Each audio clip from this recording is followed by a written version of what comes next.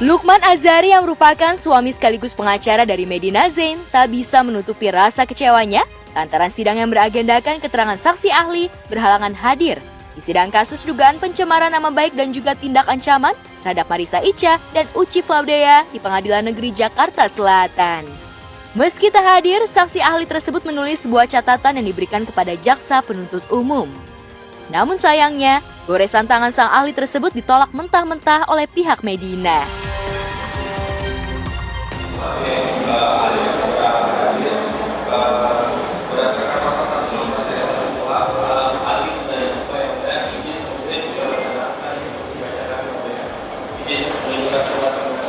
Gimana? Pihak terdakwa ini saksinya sudah 2 kali dipanggil, tidak hadir dan mau dibacakan. Saksi ahlinya tidak hadir, mau dibacakan, penasihat hukum saudara keberatan, jadi kita perintahkan pada Pak Jaksa untuk panggil lagi ya.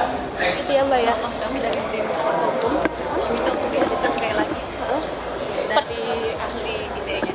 Jadi kalau ada saksinya hadir, saksi ahli itu hadir, maka kami penasihat hukum juga bisa bertanya secara langsung, sehingga hal tersebut memudahkan kami, memudahkan hakim untuk mengupas mengenai keahlian dari saksi tersebut mengenai perkara yang sedang disidangkan.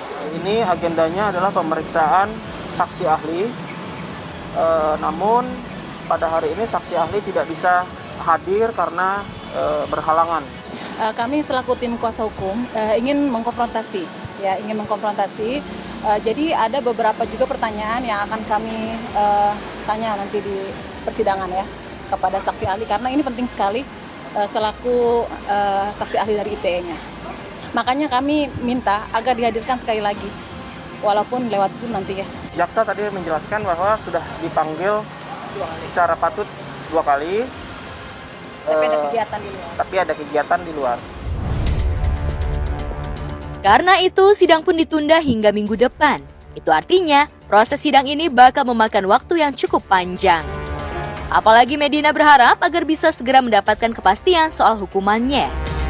Lantas benarkah Medina sempat mengalami drop lantaran untuk kesekian kalinya sidang ditunda? Ya jadi berlarut-larut kasusnya gitu. Wah, kita ikutin aja. Kita menghormati proses persidangan ya. Apalagi tersiar kabar jika mediasi di luar sidang antara dirinya dengan Uci Flaudea yang melaporkan Medina dengan tuduhan pengancaman tak ada titik temu. Lantas benarkah Uci yang sempat iba melihat Medina di penjara terus melanjutkan proses hukumnya agar Medina bisa belajar dan menerima konsekuensi yang telah ia perbuat? Ada 2 kali, ada surat pertama, ada surat kedua, dan isinya sama bahwa dia itu menyesali semua tentang apa yang dia pernah lakukan ke saya, baik itu perlakuan menghina, baik itu perlakuan semuanya yang pernah dia lakukan ke saya.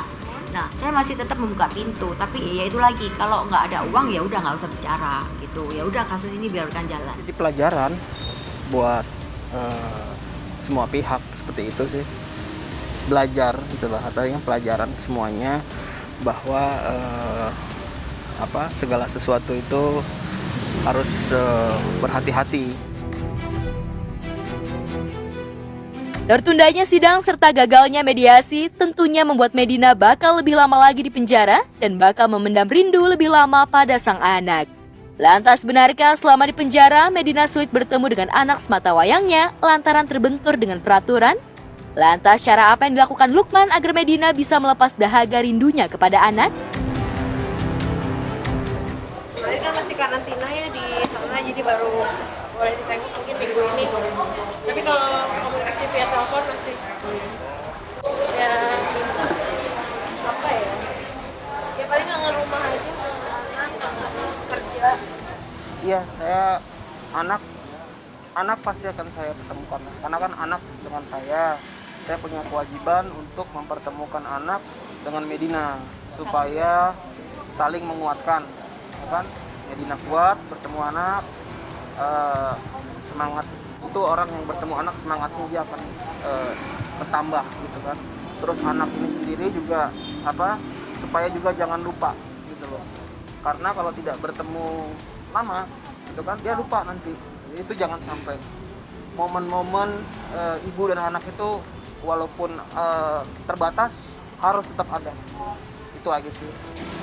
Mungkin saya harus ngelihat waktu dan SOP.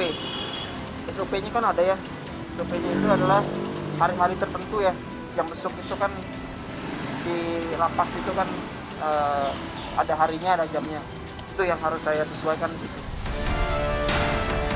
Bukan hanya berkalang rindu, Medina juga harus pasrah dengan beberapa bisnisnya yang terbengkalai sejak ia ditahan. Benarkah Lukman hanya fokus pada persidangan Medina ketimbang mengelola bisnis Medina? Ya, terus terang kalau karena situasinya sedang seperti ini, segala kegiatan terganggu semuanya. Karena fokus saya harus mensupport Medina, saya harus mensupport anak, saya harus memikirkan yang lain-lain juga gitu. Jadi konsentrasi saya terpecah gitu kan. Tapi insya Allah lah, saya minta doanya supaya Allah Subhanahu Wa Taala bisa memampukan saya melewati ini semua. Saya mohon doanya dari teman-teman, dari para orang-orang yang kenal dan orang-orang yang menyaksikan, yang care sama Medina dan masyarakat luas. Di tempat terpisah, Robby Satria, gitaris band Geisha, dijatuhi hukuman 2 tahun penjara oleh majelis hakim pada sidang putusan kasus penyalahgunaan narkoba di Pengadilan Negeri Jakarta Selatan kemarin. Bisa dibilang hukuman Robby jauh lebih rendah dari tuntutan jaksa penuntut umum sebelumnya. Ini barusan aja kita selesai putusan sidangnya Robby. Robby sudah diputus selama 2 tahun penjara. Dan sekarang Robby ada di Cipinang. Kalau Robby secara gentle mengakui memang ini adalah kesalahannya dia. Jadi apapun itu ya dia menerimalah dengan lapang dada. Tapi satu hal di sini kan kami bisa membuktikan bahwa Robby itu sebagai pecandu, sebagai penyalahguna sesuai dengan dakwaan dari JPU itu kan di pasal 127 Undang-Undang Narkotika gitu. Kami menerima dan Robby pun sudah mengatakan ke saya tadi di dalam sidang dia menerima. Dalam putusan ini, Robby memang tak bakal mengambil langkah banding. 3 kali terjelembab dalam kubang narkoba membuat Robby sadar dan siap menghadapi segala konsekuensi. Lantas benarkah Robby yang kini telah menjalani hukuman di LP Cipinang, Jakarta Timur mengaku tobat dan tak bakal menyentuh barang haram narkoba lagi? Kalau Robby enggak sih ya, Sakau sih enggak. Tapi memang yang saya lihat berapa kali kami mengunjungi Robby di rutan, dia memang jauh lebih religius sih. Dia jauh lebih religius dalam arti dia secara fair mengatakan bahwa memang ini adalah kesalahan dia. Jadi dia sudah siap untuk bertanggung jawab atas kesalahannya dia, bodohannya dia lah.